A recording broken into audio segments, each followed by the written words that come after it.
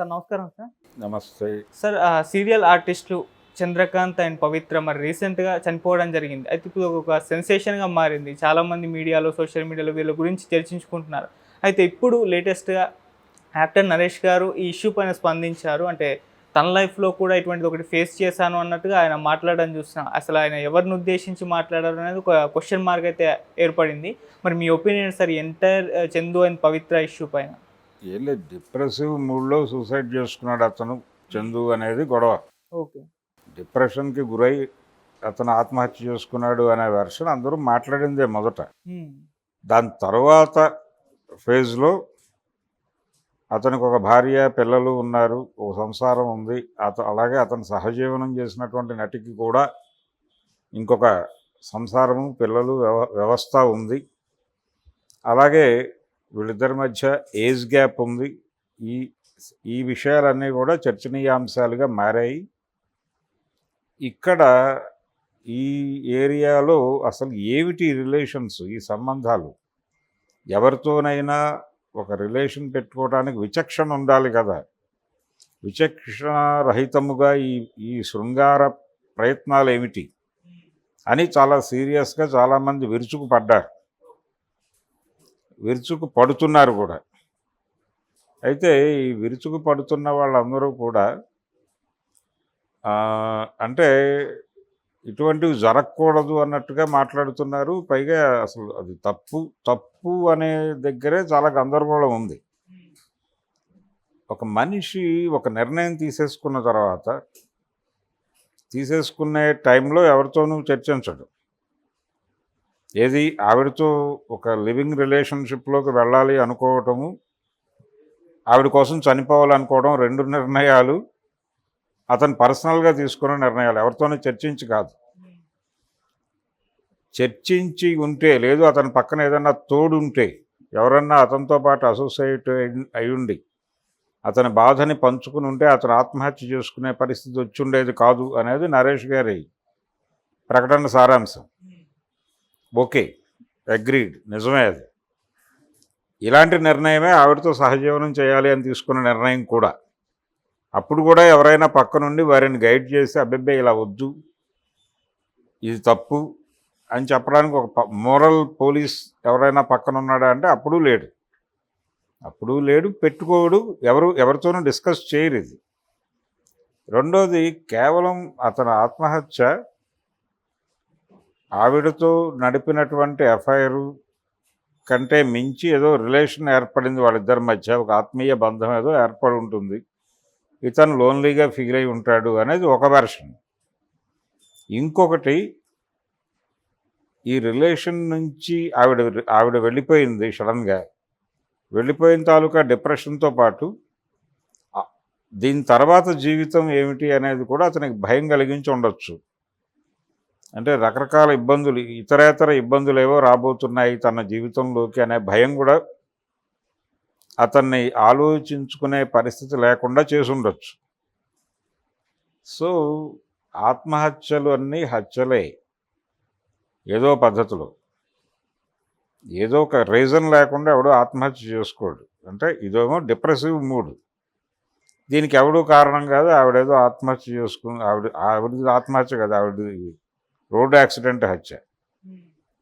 Road accident కూడా ఒక దుర్మార్గమే కదా. సో ఆవిడ అలా వెళ్ళిపోయింది. దాంతో ఇతను డిప్రెషన్లోకి వెళ్ళాడు. కేవలం డిప్రెషన్తో పాటు ఆవిడ వెళ్ళిపోయిన తర్వాత తాను ఎదుర్కోబోయే సమస్యలు, ఒంటరిగా ఎదుర్కోవాల్సిన సమస్యలు, అవి కూడా భయపెట్టి ఉండొచ్చు అతను. ఈ భయము, ఆ డిప్రెషను రెండు మిక్స్ అయ్యి ఇక్కడ జీవితానికి రాజీనామా చేస్తే బెటర్ అనే ఒక డెసిషన్కి వెళ్ళాడు, రిజైన్ చేస్తాడు, అయిపోయింది ఆ ఎపిసోడ్. ఇప్పుడు దాని మీద పోస్ట్ మార్టం చేసేటువంటి ప్రయత్నం చాలామంది చేస్తున్నారు. ఈ పోస్ట్ మార్టం చేస్తున్న వాళ్ళు ఎవరికి తోచిన సలహా వాళ్ళు చెప్తూ వాళ్ళ పర్సనల్ లైఫ్స్ రిలేట్ చేసుకుని దానిలో, ఇప్పుడు ఆయన నా జీవితంలో కూడా ఇలాంటి ఒంటరితనం వచ్చింది అనేది, విజయ నిర్మల్ గారి మరణం తర్వాత నేను ఒంటరిని అయిపోయాను అనే ఫీలింగ్ కలిగింది నాకు. ఆ టైంలో నాకు సపోర్ట్గా నిలబడాల్సిన వాళ్ళు నిలబడలేదు.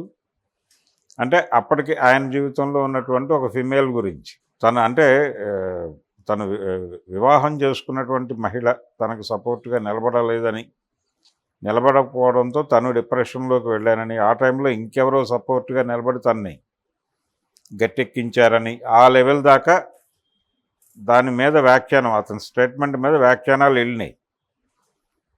వెళ్ళి అతని జీవితంలో జరిగిన గందరగోళాలని మళ్ళీ ఎజెండాలోకి పట్టుకొచ్చారు. ఇప్పుడు ఆయనకు భార్య వర్సెస్ ఆయన ఎఫ్ఐఆర్, దాని మీద సినిమా కూడా తీసుకున్నాడు కదా ఆయన, ప్రపంచానికి తెలియజెప్పడానికి. ఆ గందరగోళాన్ని మళ్ళీ ఈ గందరగోళంలోకి తీసుకొచ్చి అక్కడ మళ్ళీ మోరల్ సిద్ధాంతాలు చెప్పడానికి కొంతమంది వ్యాఖ్యాతలు రెడీ అయిపోయి ఇతని ఇంటెన్షను, ఇతను ఏది చెప్పదలుచుకున్నాడు అనే దాన్ని పక్కన పెట్టేసి ఇతనికి ఆ కండిషన్ ఎందుకు వచ్చింది అని వ్యాఖ్యానం మొదలుపెట్టి దీని వెనకాల చాలా స్పష్టంగా అతను చెప్పదలుచుకుంది. ఆ టైంలో నాకు అంటే ధర్మబద్ధంగా పెళ్లి చేసుకున్న భార్య ఏమో చాలా దారుణంగా బిహేవ్ చేసింది, నన్ను డిప్రెషన్లోకి నెట్టేసింది, మరింతగా ఎవరో పక్కకి లాగారు, గట్టెక్కించారు అనేదాకా లాక్కెళ్ళటం ద్వారా అతను వీళ్ళ రిలేషన్ని యాక్సెప్ట్ చేసినట్టుగా ఆ ప్రకటనని మలచి ఒక ధార్మిక కోణంలో అతని మీద దాడి చేసే ప్రయత్నం.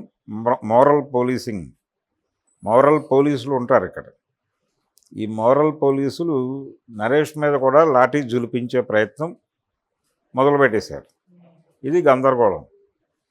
సో ఇలాంటివి జరిగిన ప్రతి సందర్భంలోనూ ఈ మానవ సంబంధాల మధ్య ఉండవలసినటువంటి విలువలని కాపాడేటువంటి ఒక సైన్యం బయటకు వచ్చేస్తుంది. ఆ సైన్యం ప్రతి ఒక్కరి మీద చాలా విశృంఖలంగా దాడి చేస్తుంది. ఈ దాడులు తట్టుకోలేక ఆత్మహత్యలు చేసుకునే వాళ్ళు కూడా ఉంటారు. అది ఇంకొక యాంగిల్ దీనిలో. అట్లా కాకుండా అసలు మనకు సంబంధం లేని వ్యవహారం, వాడి పర్సనల్ లైఫ్, వాడు ఏదో నిర్ణయం తీసుకున్నాడు, పెళ్ళై ఉండొచ్చు, పెళ్ళై ఉన్నంత మాత్రాన ఇంకొకళ్ళ పట్ల ఆకర్షణ కాదు, ఒక బంధం ఏర్పడటానికి అవకాశం డెఫినెట్గా ఉంటుంది అనే విషయాన్ని యాక్సెప్ట్ చేయాలి. యాక్సెప్ట్ చేసే కండిషన్ ఉంటే ఈ గొడవలు జరగవు. కానీ వీళ్ళు యాక్సెప్ట్ చేయనివ్వరు. రహస్యంగా జరగాలంటారు ఏది జరిగినా. ఈ రహస్యంగా జరగాలనేది కాకుండా బహిరంగంగా జరుగుతున్న వాటిని నువ్వు యాక్సెప్ట్ చేసి వాటిని ఎట్లా పరిష్కరించుకోవాలో ఒక మెకానిజం ఏర్పాటు చేసుకోకుండా మోరల్ పోలీసింగ్ పేరుతో లాఠీ తీసుకుని ఎవరినైనా సరే నీతి బాహ్యుడు అని ఒక స్టాంప్ వేసి దాడి చేసి పడేస్తే ఏమైపోతుంది సమాజం? గందరగోళం కాక. ఈ పర్టికులర్గా వీళ్ళ ఎపిసోడ్, ఈ టీవీ ఆర్టిస్టుల పవిత్ర అండ్ చందు వీళ్ళ ఎఫ్ఐఆర్ మీద నడుస్తున్న సినిమా మొత్తం కూడా మోరల్ పోలీసింగే. ఈ మోరల్ పోలీసింగ్ పక్కన పెట్టేసి వాళ్ళదేదో వాళ్ళు సాగు, ఆ డిప్రెషన్లో ఉన్నాడు అతను, అతనికి సపోర్ట్గా లేకపోవడం వలన చనిపోయాడు అన్నంత వరకు నరేష్తో ప్రాబ్లం లేదు. దాన్ని ఎక్స్టెండ్ చేసి అతన్ని కూడా ముగ్గులోకి లాగే ప్రయత్నం చేస్తున్నారు. అది ప్రమాదం. అతను ఎవరి గురించి మాట్లాడాడు, ఎవరిని దృష్టిలో పెట్టుకుని అన్నాడు, అసలు ఆ చర్చ ఎందుకు? అతను స్ట్రైట్గా అన్న మాట అక్కడ వరకే తీసుకుని ఆ సెన్స్లో వదిలిపెట్టేస్తే ఎవరికీ ఇబ్బంది లేదు. ఎప్పుడైతే బిట్వీన్ ది లైన్స్ అనే పేరుతో మీరు ఆ ప్రకటన లోతులకి జారినప్పుడు చాలా జ్ఞానం మాట్లాడే ప్రయత్నం చేస్తారు ఎవరైనా. ఇది పోలీసింగు ప్లస్ బుల్డోజింగ్ రెండు. ఇది ప్రమాదం. వీళ్ళే ప్రమాదం సమాజానికి. ఈ ఎఫ్ఐఆర్లు నడిపేవాళ్ళు కాదు, ఈ ఎఫ్ఐఆర్ల గురించి మాట్లాడేవాళ్ళు, మోరల్ పోలీసింగ్ చేసేవాళ్ళు, విలువల దాడి చేసేవాళ్ళు, వీళ్ళు ప్రమాదం సమాజానికి. వీళ్ళ వలన చాలామంది చచ్చిపోతారు. అందుకని ముందు వీళ్ళని కంట్రోల్ చేయాలి. కుదిరితే వీళ్ళ మీద కేసులు కూడా పెట్టచ్చు. అది నరేష్ ప్రకటన వెనకాల జరిగినటువంటి పరిణామం. పవిత్ర, చందు అనేటువంటి వాళ్ళ లివింగ్ రిలేషను, దాని వెనకాల ఉన్న వాళ్ళ కుటుంబాలు, ఆ గందరగోళం. దీని గురించి ఎవరైనా పాజిటివ్గా మాట్లాడితే వాళ్ళ మీద కూడా దాడులు జరుగుతున్నాయి ఏదో ఒక పద్ధతిలో. కాబట్టి ఈ మోరల్ పోలీసింగ్ నుంచి సమాజాన్ని కాపాడుకోవాల్సిన అవసరం ఉంది అనే విషయం అయితే ఈ ఎపిసోడ్ మరొకసారి దృష్టికి తీసుకొచ్చింది అనేది వాస్తవం. Okay, thank you so much. Thank you.